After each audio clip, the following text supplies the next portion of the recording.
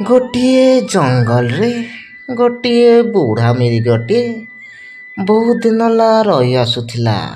ସେଇ ବୁଢ଼ା ମିରିଗର ଦୁଇଟି ଶିଙ୍ଗ ଥିବାରୁ ଜଙ୍ଗଲର ସମସ୍ତ ପଶୁଜନ୍ତୁକୁ ଡରେଇକି ରଖିଥାଏ।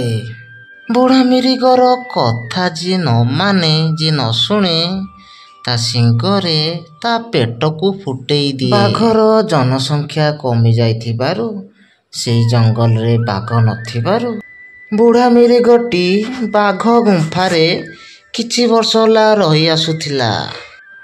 ନିଜକୁ ରାଜା ଆଉ ବଳୁଆ କହି ସାରା ଜଙ୍ଗଲରେ ଶାସନ କରୁଥିଲା। ଦିନେ ସେଇ ଜଙ୍ଗଲକୁ ଗୋଟିଏ ମହାବଳ ବାଘ ପଶି ଆସିଲା। ସେଇ ଜଙ୍ଗଲରେ ବାଘଟି ବୁଲୁ ବୁଲୁ ମିରିଗ ରହୁଥିବା ଗୁମ୍ଫାକୁ ପହଞ୍ଚିଗଲା। अरे वाह, ये गुंफा तो आम बाघ मानक गुंफा। हेले गुंफारे रहुची किए? कहीं बाघ पाद तो मु देखा पाओने। ठीक अच्छे, मु ए गुंफारे लुचि जाऊची। जी आसीबो सी धरा पड़ीजिब। କିଛି ସମୟ ପରେ ବୁଢ଼ା ମିରିଗଟି ତା ଗୁମ୍ଫାକୁ ଆସି ପହଞ୍ଚିଗଲା। ଏ କଣ ଦେଖୁଛି ଆଖି? ବାଘର ପାଦ ଚିହ୍ନ, ପୁଣି ମୋ ଗୁମ୍ଫା ଭିତରେ। ବୁଢ଼ା ମିରିଗଟି ଜାଣିପାରିଲା ବାଘଟିଏ କୋଉଠୁ ଆସି ମୋ ଗୁମ୍ଫା ଭିତରେ ରହିସାରିଲାଣି। ବାଘକୁ କେମିତି ସେଇ ଗୁମ୍ଫା ଭିତରୁ ବାହାର କରିବ? ବୁଢ଼ା ମିରିଗଟି ଗୋଟିଏ ଉପାୟ ବାହାର କଲା। ଗୋଟିଏ କଙ୍କଡ଼ା ବିଛାକୁ ସାଥିରେ ଆଣି ଗୁମ୍ଫା ଭିତରକୁ ଛାଡ଼ିଦେଲା। ଗୁମ୍ଫା ଭିତରେ ଥିବା ବାଘକୁ କଙ୍କଡ଼ା ବିଛା କାମୁଡ଼ି ପକେଇଲା। କଙ୍କଡ଼ା ବିଛାର ଚୋଟରେ, ତା ବିଷରେ ବାଘଟି ସହି ନ ପାରି ସେଇ ଗୁମ୍ଫା ଭିତରୁ ବାହାରକୁ ଚାଲି ଆସିଲା। ଆଖି ଲୁହରେ, ମନ ଦୁଃଖରେ ବାଘଟି ଧୀରେ ଧୀରେ ଜଙ୍ଗଲ ବାହାରକୁ ଚାଲି ଯାଉଥିଲା।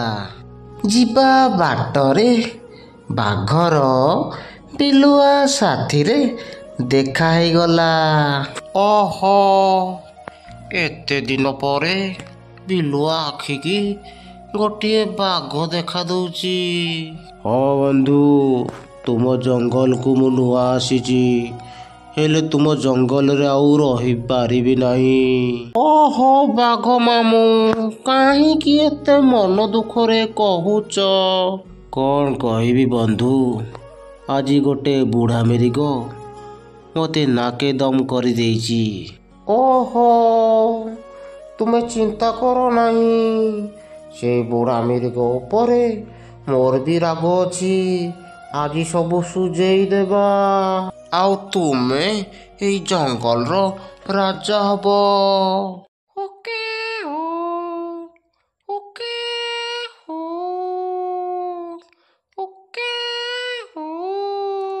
ବିଲୁଆଟି ତାର ହୋକେ ହୋ ଡାକରେ ତାର ସହଯୋଗୀ ସାଙ୍ଗମାନଙ୍କୁ ପାଖକୁ ଡାକି ଆଣିଲା। ଓହୋ ଭାଇମାନେ, ବୁଢ଼ା ମିରିଗକୁ ମାରିବା ପାଇଁ ତା ସମୟ ଆସିଯାଇଛି। ସେ ବୁଢ଼ା ମିରିଗକୁ ମାରି ଜଙ୍ଗଲକୁ ଗୋଟିଏ ମହାବଳ ବାଘ ଆସିଛି, ତାକୁ ଆମେ ରାଜା କରିବା। ଆଉ ତା ପରଦିନ ବୁଢ଼ା ମିରିଗକୁ ମାରିବା ପାଇଁ ବିଲୁଆମାନେ ବୁଢ଼ା ମିରିଗର ପଛରେ ପଡ଼ିଗଲେ। ପ୍ରାଣ ଭୟରେ ବୁଢ଼ା ମିରିଗଟି ଆଗକୁ ଆଗକୁ ଦୌଡ଼ିବାକୁ ଲାଗିଲା। ଶେଷରେ ବାଘ ସାଥିରେ ବୁଢ଼ା ମିରିଗର ମୁହାଁମୁହିଁ ହେଇଗଲା। ବୁଢ଼ା ମିରିଗର ଚାରି ପାଖରେ ବିଲୁଆମାନେ ଘେରି ରହିଗଲେ। ବାଘର ପ୍ରଚଣ୍ଡ ରାଗରେ ବୁଢ଼ା ମିରିଗକୁ ବାଘଟି ଝୁଣି ମାରିଦେଲା। ବୁଢ଼ା ମିରିଗର ମାଂସକୁ ବିଲୁଆମାନେ ମିଶିମାଶି ଖାଇଗଲେ।